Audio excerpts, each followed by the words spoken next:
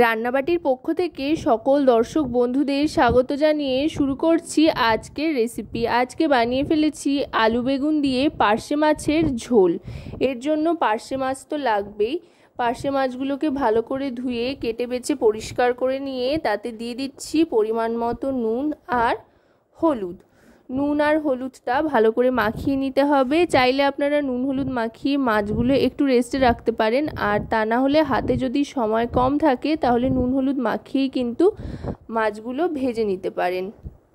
আর হ্যাঁ, মাছ ভাজার সময় অবশ্যই কিন্তু তেলটাকে ভালো করে গরম করে নিয়ে গ্যাসের ফ্লেমটা মিডিয়াম টু হাইতে রাখতে হবে। পার্শে মাছ এমনিতেই খুব নরম মাছ, তাই তেলটা যদি ভালো করে গরম না হয় তাহলে কিন্তু কড়াইতে লেগে ধরবার একটা সম্ভাবনা থাকে। আর তেলটা একটু বেশি করে দিতে হবে যাতে মাছগুলো বেশ ডুবে যায় তেলের মধ্যে। এবার মাছগুলোকে একটু সময় নিয়ে দুপিঠটা ভালো করে ভেজে নিতে হবে। খুব বেশি কড়াও না, আবার খুব বেশি হালকা করেও ভাজবার প্রয়োজন নেই। মাঝারি মানের করে মাছগুলোকে কিন্তু ভেজে নিতে হবে। আশা করব রেসিপিটি আপনাদের ভালো লাগবে। ভালো লাগলে অবশ্যই রান্নাবাটি চ্যানেলটিকে সাবস্ক্রাইব করে লাইক, শেয়ার, কমেন্টের মাধ্যমে আমাদের পাশে থাকবেন। আর পাশে থাকা বেল আইকনটি অন করে দেবেন সবার আগে সমস্ত রকম রান্নার নোটিফিকেশান পাওয়ার জন্য। কথায় কথায় কিন্তু মাছগুলো ভাজা হয়ে গেল। এবার মাছগুলো তুলে নিচ্ছি। আমি দুটো ব্যাচের সমস্ত মাছ ভেজে নিয়েছি। মাছ ভেজে নেওয়ার পর এবার ওই তেলেই দিয়ে দিচ্ছি বেগুনের টুকরোগুলো। বেগুনগুলো লম্বা লম্বা করে কেটে নিয়েছি। বেগুনটাও ভালো করে ভেজে নিতে হবে। বেগুনটা একটু নরম হয়ে আসা পর্যন্ত ভাজতে থাকতে হবে।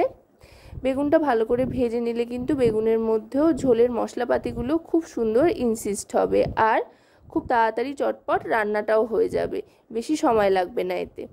বেগুনগুলো কিন্তু লালচে রং ধরে এসছে আর নরমও হয়ে গিয়েছে, তাই এবার বেগুনটাও তুলে নিচ্ছি। বেগুনগুলো তুলে নেওয়ার পর দেখুন, বেগুন ভাজার পর কিন্তু তেল অনেকটাই কমে এসছে, তাই আরেকটু তেল এতে অ্যাড করতে হবে।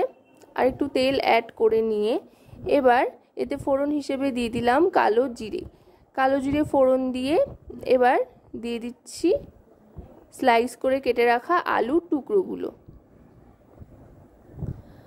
আলুর টুকরোগুলো দিয়ে ভালো করে ভেজে নেব গ্যাসের ফ্লেমটা মিডিয়াম টু হাইতে রেখে।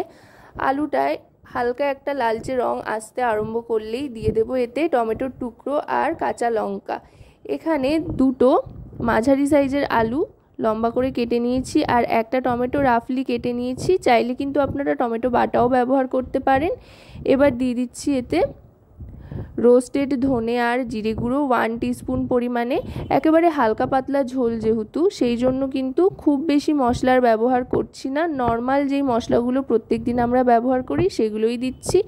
এবার দিয়ে দিচ্ছি এতে হলুদ গুঁড়ো 1 টিস্পুন পরিমাণে আর Kashmiri red chilli powder 1 teaspoon পরিমাণে, সাথে পরিমাণ মতো লবণ। সমস্তটা দিয়ে এবার ভালো করে মশলাটাকে কষিয়ে নিতে হবে। মশলা থেকে তেল ছাড়তে আরম্ভ করলে গ্যাসের ফ্লেমটাকে লোতে করে দেব। লোতে করে দিয়ে এবার এতে বেশ খানিকটা পরিমাণে জল দিয়ে দেব। আপাতত আলুটা সেদ্ধর জন্য ঠিক যতটা জলের প্রয়োজন ততটাই দিচ্ছি। আলুটা যেহেতু একবার ভালো করে ভেজে নেওয়া হয়েছে, তাই সেদ্ধ হতে খুব একটা বেশি সময় লাগবে না।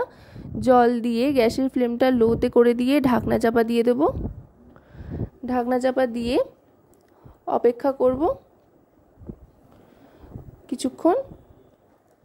মিনিট 3 থেকে 4 বাদে ঢাকনাটা সরিয়ে নিয়ে ভালো করে আরেকবার রান্না করে নিচ্ছি কয়েক সেকেন্ডের জন্য। দেখুন, একদম কিন্তু তেল ছাড়তে আরম্ভ করেছে আর আলুগুলো নরম হয়ে এসছে। এবার ভেজে রাখা বেগুনের টুকরোগুলো সমস্তটা দিয়ে দিচ্ছি, দিয়ে ভালো করে মিশিয়ে নিচ্ছি।